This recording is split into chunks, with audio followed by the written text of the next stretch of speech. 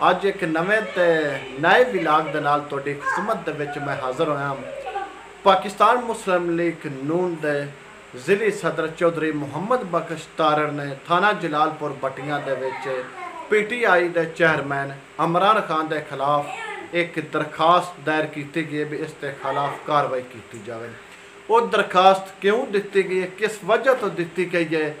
Video جانن تو پہلے یا وجہ جانن تو پہلے ساڈے چینل چودھری باور کنجو آفیشل نو لازمی سبسکرائب کرنے، ویڈیو نو لائک تے شیئر لازمی کرنے۔ آئیے چلنے ہونے سی وجوہات دی طرف بھئی محمد بخش تارڑ نے کن وجوہات کی بنا پر چیئرمین PTI عمران خان تے درخواست دائر کی تھی۔ ویڈیو سنن تو پہلے میرے چینل چودھری باور شرکانجو آفیشل کو لازمی سبسکرائب کرنا۔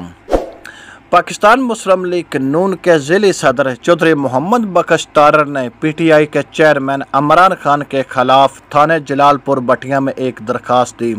اور جو درخواست دی اس کا موقف یہ ہے کہ چیئرمین عمران خان نیازی والد اکرام اللہ نیازی رہائش زمان پارک لاہور کا خطاب نشر ہوا، جس میں عمران نیازی مملکت خدا داد اور اسلامی جمہوریہ پاکستان کے سیکورٹی فورس اور پاکستان کے انتہائی اہم اساس ادارے ISI جو کہ ملکی اور بین الاقوامی سطح پر دہشت گردوں پاکستان دشمن قوت کا ناپاک عزم کو ناکام بنانے میں کوشاں ہیں،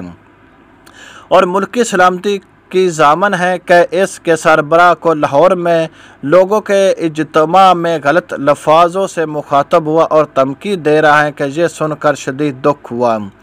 خوف میں مبتلا ہو کہ اس عمل سے ملک و قوم کے حالات خراب ہوں گے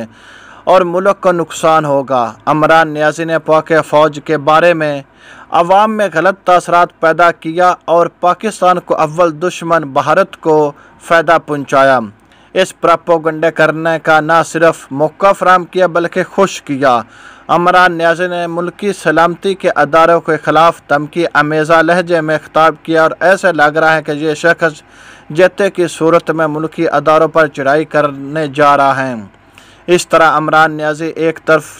بھارتی ایجنڈا فالو کر رہے ہیں اور ادارے کے ساتھ معیشت کا بیڑا غرق کرنے پر تلا ہوا ہے اور ملکی اداروں کی تباہی کے فحاشا ایجنڈوں پر کامزن ہیں۔ عمران نیازی والد اکرام اللہ نیازی چیئرمین PTI کے خطاب اور اس عمل سے ملکی سلامتی کو نقصان پہنچا رہا ہے۔ پاکستان کے دشمنوں کو نہ صرف فائدہ پہنچا بلکہ خوش کے لیے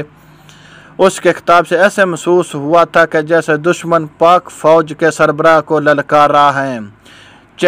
پاکستان مسلم لیگ نون کے ضلعی صدر چودھری محمد بخش تارڑ نے عرض کی ہے کہ